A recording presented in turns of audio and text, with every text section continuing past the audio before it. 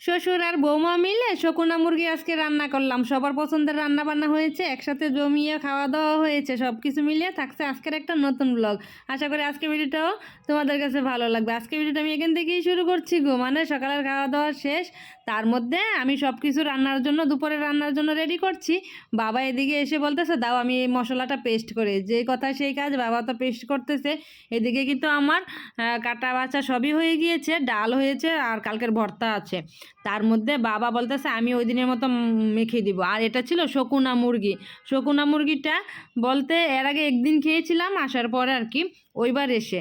তার মধ্যে শকুনা মুরগিটা না একটা পোলট্রি জাতীয়, তবে পোলট্রিটার যে একটা গন্ধ আসে না, শকুনা মুরগিটাতে তো এরকম গন্ধটা নেই। তার মধ্যে বাবাও কিন্তু একদম খাসির মাংসের মতো করে টক দই টই দিয়ে সব কিছু দিয়ে একদম ভালো করে মেরিনেশন করে নিয়েছে।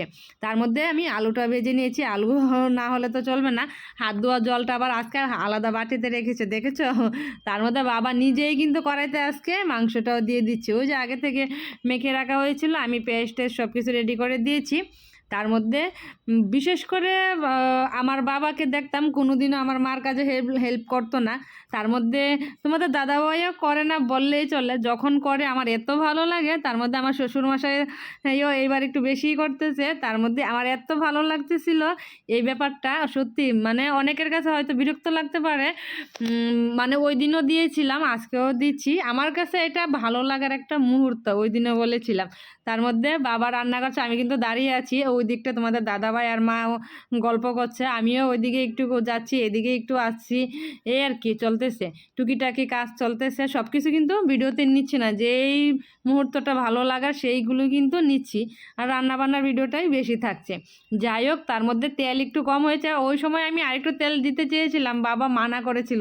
এখন দেখতেছে তেল একটু কম কম লাগতেছে, এখন আবার বললো আরেকটু তেল দিতে। যাই হোক, এর মধ্যে কিন্তু কষানো হয়ে গিয়েছে।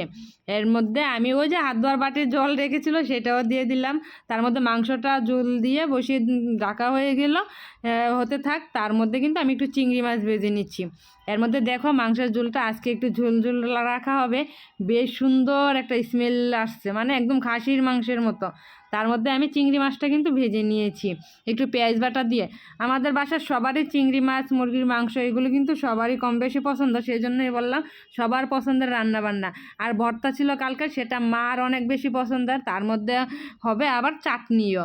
চিংড়ি মাছ চারজনের জন্য চারটাই, অ্যালার্জি পছন্দ করে ঠিকই, তার মধ্যে কম কম নেওয়া হয়েছে, চারজনের জন্য চারটাই নেওয়া হয়েছে। আর মাংসটা দেখো একদম অনেক বেশি টেস্ট হয়েছিল, মনেই হয়নি যে মুরগির মাংস খাচ্ছিলাম, একদম খাসির মাংসের মতো ফ্লেভার হয়েছিল, খেতেও বেশ ভালো হয়েছিল। একদম ফাইনাল লুকটা একটু দেখিয়ে দিলাম। তার মধ্যে একটু চাটনি করবে, খেজুর নিয়েছি, টমেটো নিয়েছি, কাঁচা আম ছিল কাঁচা আম নিয়েছি, বুঝে আগে থেকে ডালটাও কিন্তু রান্না হয়ে গিয়েছে। এর মধ্যে চাটনিটাও কিন্তু আমার প্রায় হয়ে গেছে, এখন একটু নেড়ে চেড়ে নামিয়ে নিলেই হবে। চিনি টিনি সব কিছু দেওয়া হয়ে গেছে অলরেডি, শুধু এখন নাড়াচাড়া করে নিলেই হবে। চাটনিটা আবার আমার শ্বশুরমশাই মানে বাবার খুব খুব পছন্দ। তোমাদের দাদাভাই আচার জাতীয় খাবারটা বেশ পছন্দ করে, মারও বেশ পছন্দ। সবার পছন্দের রান্না বান্না হয়েছে, সাথে একটু সালাদও নিয়ে নিলাম।